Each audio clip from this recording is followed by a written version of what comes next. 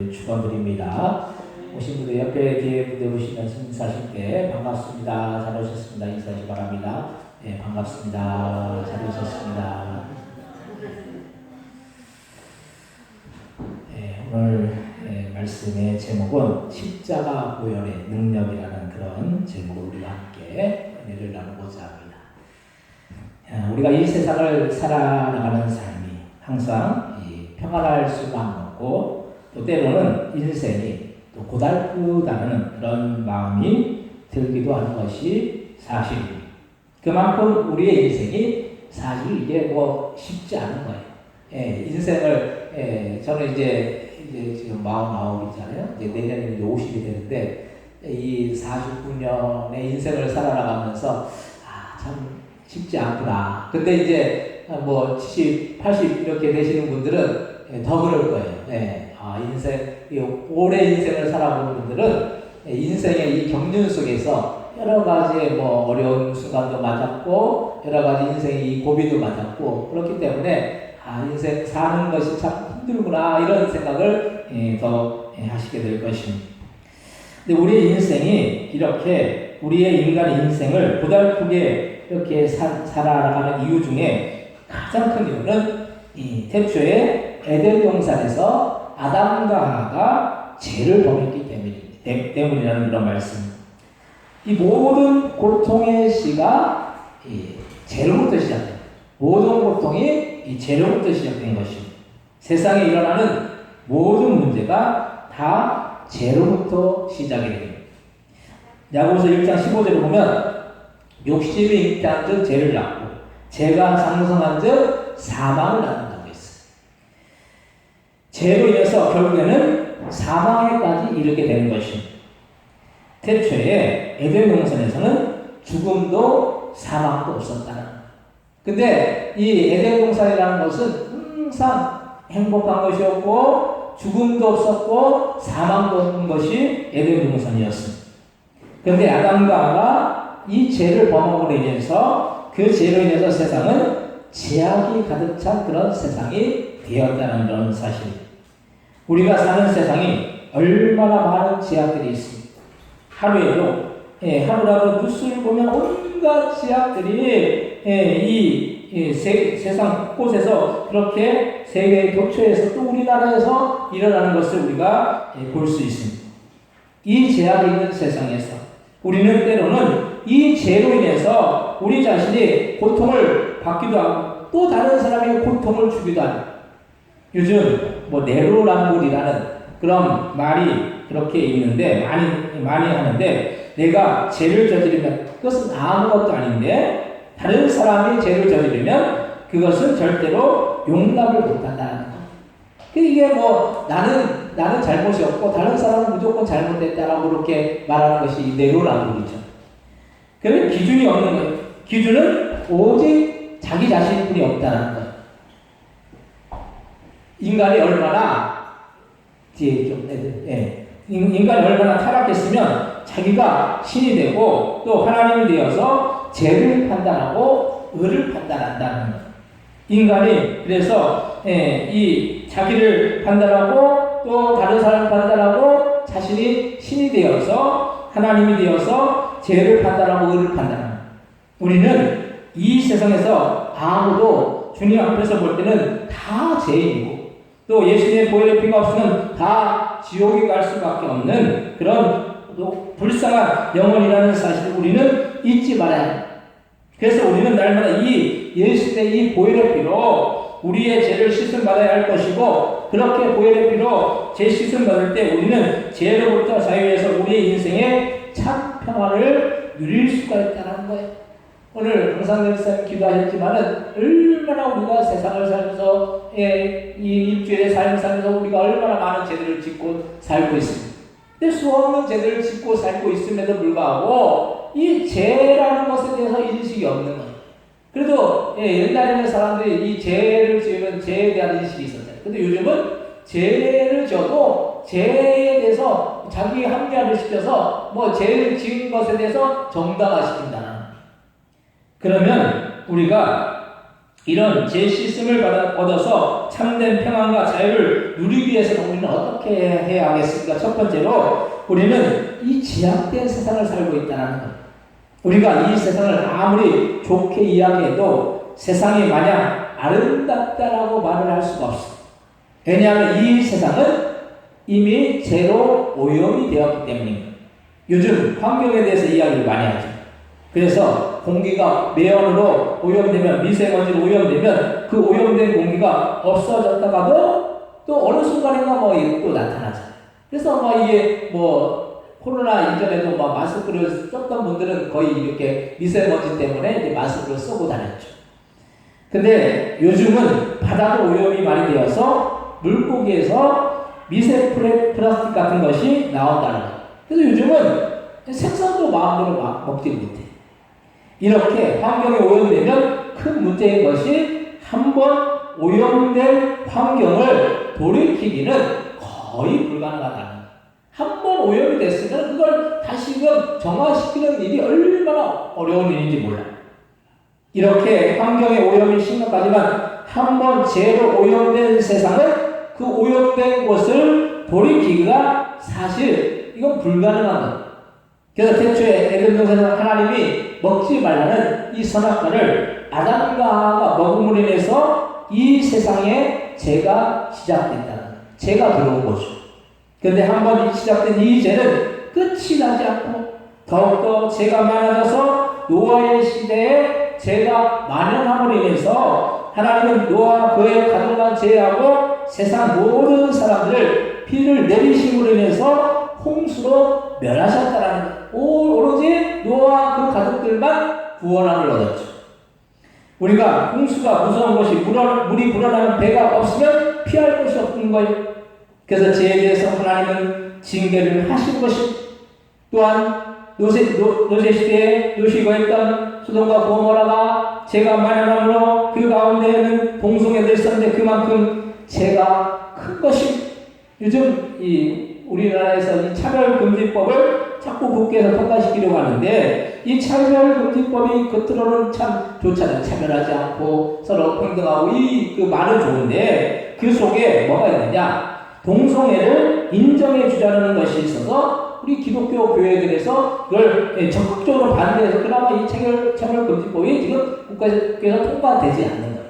이 차별금지법이 통과되면 어떤 일이 일어나느냐? 설교 시간에 동성애에 대해서 잘못됐다라고 말하면은 그것이 법에 저촉이 된다는 거예요. 그래서 이걸 적극적으로 지금 기독교 교회들에서 막고 있잖아요. 근데 이 동성애가 만연했던 소돔과 고모라가 어떻게 됐느냐? 주님께서 불로 심판하셨다는 거예요. 그래서 우리는 지금 이 시대를 말세라고 하죠. 말세라고 하는데 그냥 말세가 아니라 하나님의 심판과 징계가 임한 말세라는 거예요. 우리는 지금 이 세상에 죄에 동화되어서 우리도 똑같은 죄를 범하면 노아 시대에 이 사람들처럼 모세 시대에 소돔과 고모라처럼 멸망당할 것이라는 이 사실을 기억하면서 우리는 신앙생활을 똑바로 해야 된다는 거예요. 신앙생활을 허투루 하면 안 되는 거예요. 우리가 죄의 결과는, 죄로 인한 결과는 사망이고 그 죄 가운데 우리가 뒹굴고 우리가 오염되어서 우리의 인생을 살아나가면은 그 결과는 결국 사망이라는 거예요. 로마서 5장 12절에 14절의 말씀은 그러므로 한 사람으로 말미암아 죄가 세상에 들어오고 죄로 말미암아 사망에 들어간다는 이와 같이 모든 사람이 죄를 지었으므로 사망이 모든 사람에게 이르렀느니라. 죄가 율법이 있기 전으로 세상에 있었으나 율법이 없었을 때는 죄를 죄로 여기지 아니하였느니라. 그러나 아담으로부터 모세까지 아담의 문제와 같은 죄를 짓지 않은 자들까지도 사망이 완하였나니 아담은 오실 자의 모형이라고 그렇게 말씀합니다. 죄의 대가 그 결과는 사망이기 때문에 이런 죄를 인식하지 않고 죄를 죄로 여기지 않는 그것으로 인해서 당한 결과는 얼마나 비참한지를 우리는 기억해야 합니다. 죄를 우리가 인정하고 우리가 죄를 졌으면 그 죄에 대해서 주님 앞에 회개하며 나가야 된다는 거예요. 근데 많은 사람들이 죄를 짓고도 죄를 합리화시켜서 죄를 짓지 않았다라고 그렇게 말한다는 거예요. 그래서 우리는 죄를 지었음에도 그것을 정당화하면 안 돼요. 정치인들이 보면 가장 잘하는 것이 죄를 지었는데 그 죄를 지은 것을 인정하지 않으려고 하고 얼마나 핑계를 대고 이유를 대고 하는지 몰라요. 이 이유를 대고 핑계를 대면 죄가 없다고 생각해요. 근데 사람들이 보기에도 저 사람 죄를 지었네. 사람들 일반 국민들이 보기에도 저 사람 죄를 지었네. 이게 보인다라는 거예요. 물론 불가피하게 저지르는 죄도 있겠지만 거의 보면 이 불가피한 죄보다는 우리가 죄를 저질러도 된다고 스스로를 합리화시킨다는 거예요. 그 죄를 정당화시키기 때문에 당연히 죄를 져도 된다고 그렇게 생각한다는 거예요. 저희 아이들이 보면 아이들이 잘못을 저질렀는데도 뭐 그렇게 이유가 많고 핑계가 많은지 아이들이 그런데 어른들은 얼마나 더하면 더하겠습니까?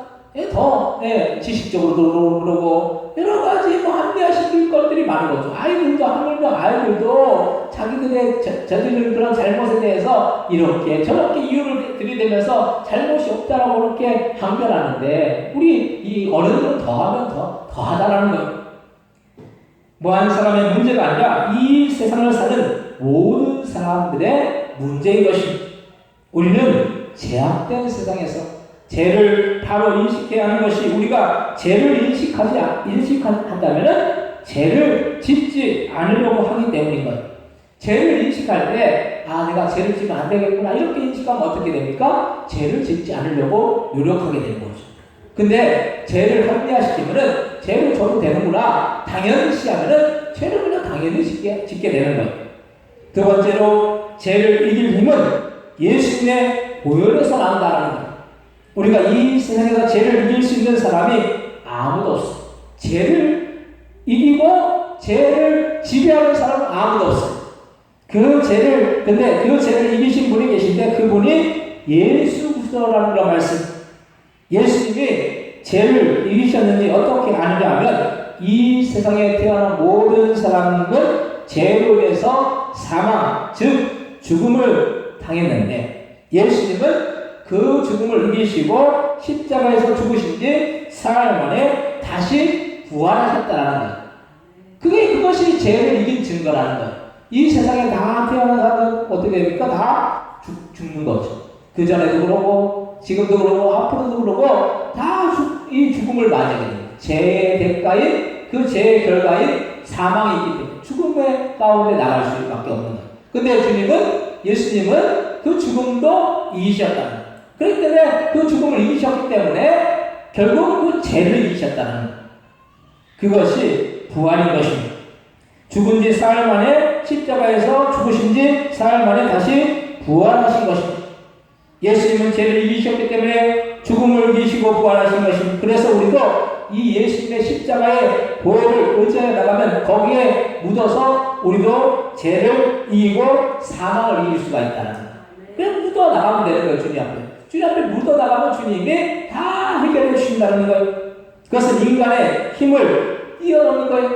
우리가 비행기를 타고 먼 거리를 제주도나 아니면 다른 나라를 여행을 해서 가면 만약 우리가 걸어서 우리가 사는 곳에서 다른 나라를 여행한다고 하면 평생 가도 못하겠죠. 왜냐하면 걸어가는 그 거리 또 바다로 가야 되고 바다를 어떻게 걸어가겠어요? 절대 못하는 거예요. 근데 너무 거리가 멀기 때문에 안 돼요. 근데 우리가 비행기에 몸을 맡기면 어떻게 됩니까? 비행기가 알아서 조종사가 조종해서 먼 거리를 그냥 날아간다. 그냥 타기만 하면 된다는 거예요. 마찬가지로 우리는 연약하고 제약투성이지만은 능력이 많으시고 죄가 없으신 주님을 의지하여 나가면 우리도 죄를 이기고 사망을 이길 수가 있는 것입니다.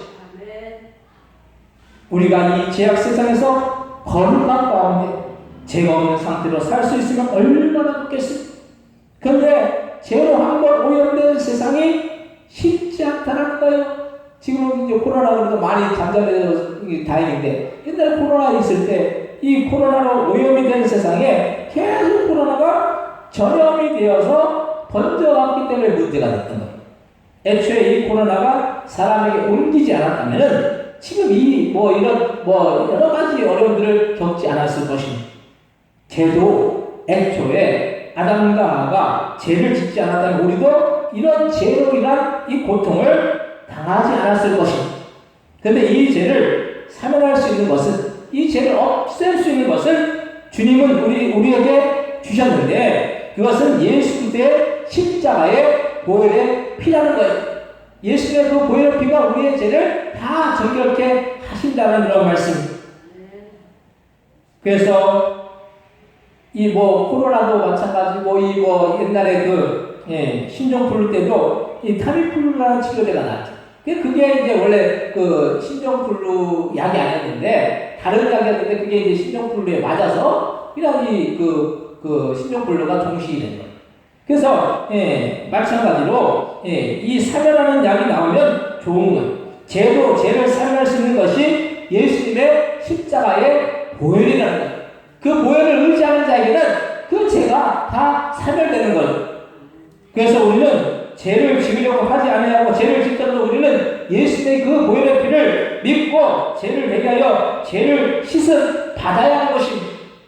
오늘 보면 히브리서 10장 10절에서 13절 말씀 한번 같이 한번 읽겠습니다. 히브리서 10장 10절에서 13절입니다. 이 뜻을 따라 예수님의 몸을 단번에 드심으로 말미암아 우리가 거룩함을 얻어노라. 제사장마다 매일 서서 섬기며 자주 같은 제사를 드리되 이 제사는 언제나 죄를 없게 하지 못하거니와 오직 그리스도는 죄를 위하여 한정한 제사를 드리시고 하나님 우편에 앉으사 그 후에 자기 원수를 자기 발등상이 되게 하실 때까지 기다리시나니. 아멘. 예수님이 그 몸을 단번에 드리심으로 이 보혈의 피를 흘리심으로 거룩함을 얻을 수 있는 죄를 사면하고 죄의 종이 되는 것이 아니라 우리는 죄 가운데 자유할 수 있게 되었다는 이 사실을 기억하시고 날마다 이 주님의 보혈의 피를 의지하고 죄를 회개하여 죄 씻음 받는 저희들도 다 되시기를 주님의 이름으로 간절히 축원드립니다.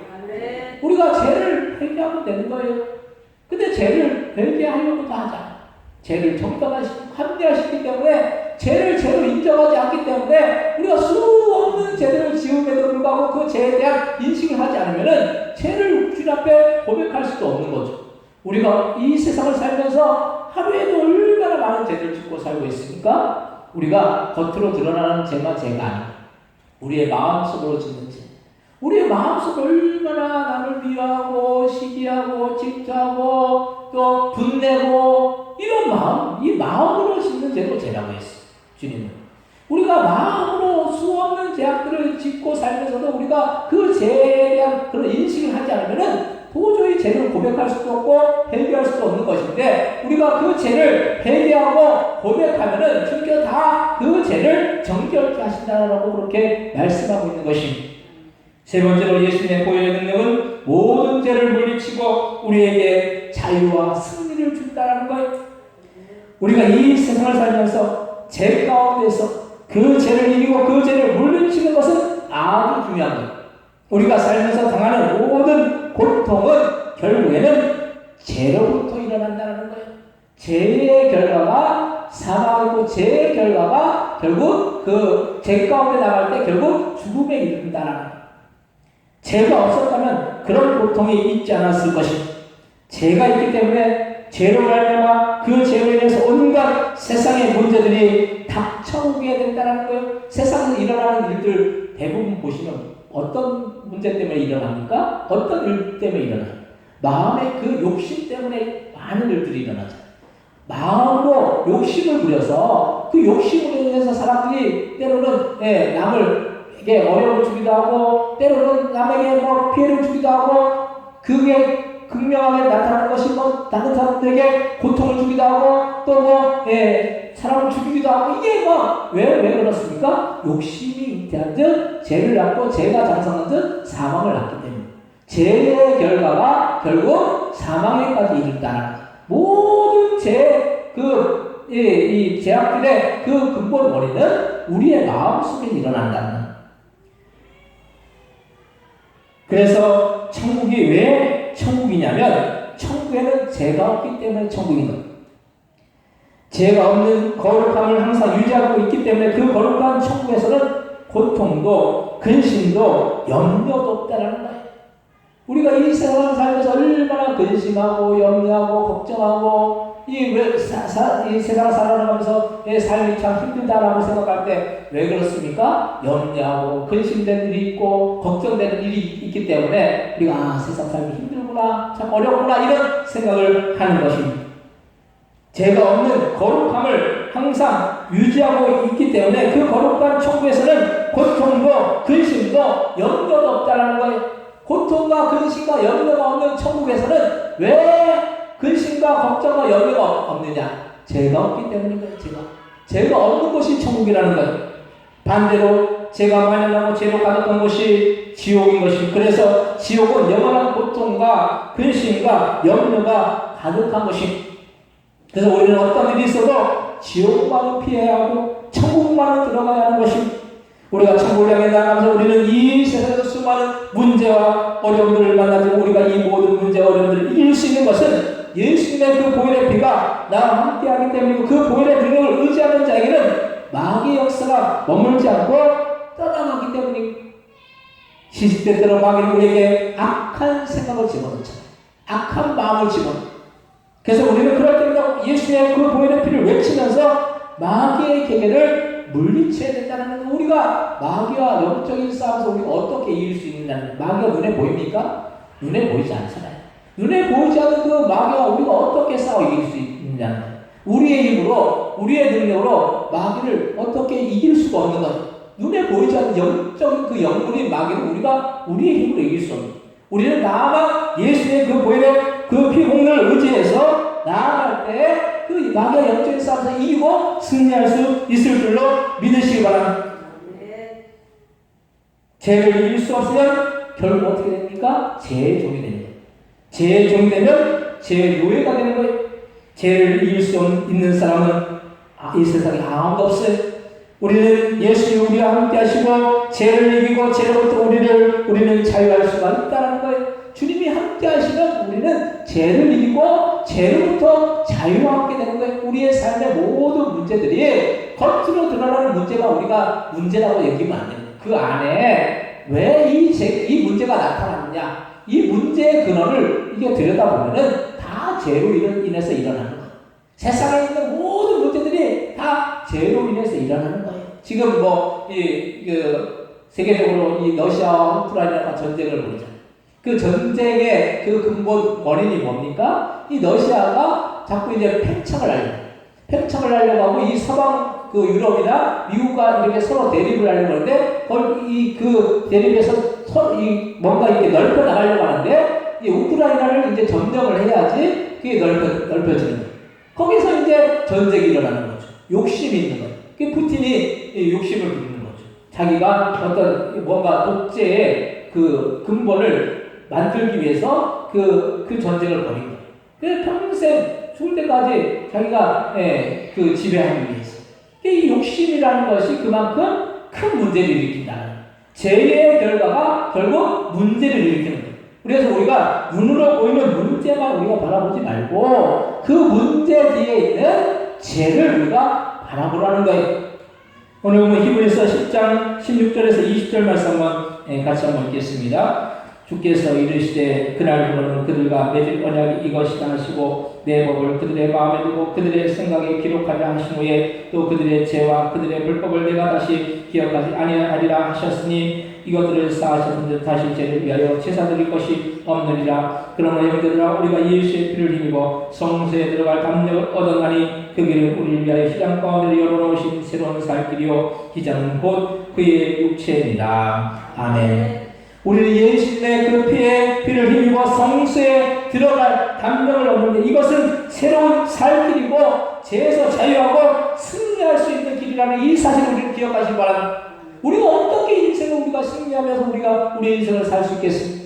주님의 그 보혈의 공로를 의지하고 피의 공로를 의지하고 우리가 나아갈 때 우리는 승리할 수 있다는 거예요. 우리는 문제라기만 보지 말아야 하는 것은 그 문제 뒤에 반드시 이유가 있는데, 그 문제가 우리의 죄로 인한 것이면 죄를 회개함으로 죄를 씻음 받아서 죄로부터 자유해지면 그 문제는 자연스럽게 해결되어진다는 사실을 기억하시기 바랍니다. 그 날마다 우리는 죄를 회개해야 되는 거예요.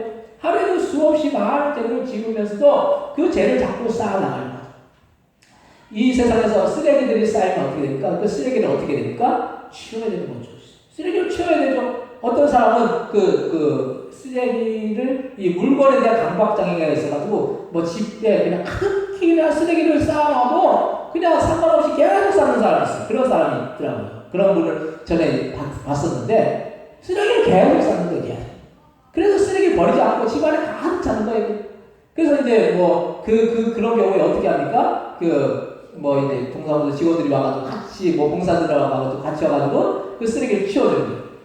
치워주면 어떻게 됩니까? 또 쓰레기 쌓여요. 또 쓰레기 쌓여가지고 또 치워요. 쓰레기를 어떻게 됩니까? 치워야 됩니다. 그때그때 치워야 돼요. 우리 마음 속에 있는 그 영적인 쓰레기가 뭡니까? 죄라는 거지. 죄를 우리가 쌓으면 어떻게 돼요? 그 죄를 쌓으면 안 되는 거예요. 그 죄를 자꾸 씻어야 되는 거예요. 예수님의 그 보혈의 피로 자꾸 씻어야 돼요. 그럼 우리의 심령이 어떻게 되면 깨끗하게 된다는 거예요. 쓰레기를 치우면 어떻게 됩니까? 그 방이 깨끗하게 되는 거예요. 근데 우리의 심령에도 이 죄를 씻어야지 우리의 심령이 깨끗하게 되고 정결하게 되어야지 거룩한 주님이 거하신 거룩한 절이 된다는 거예요.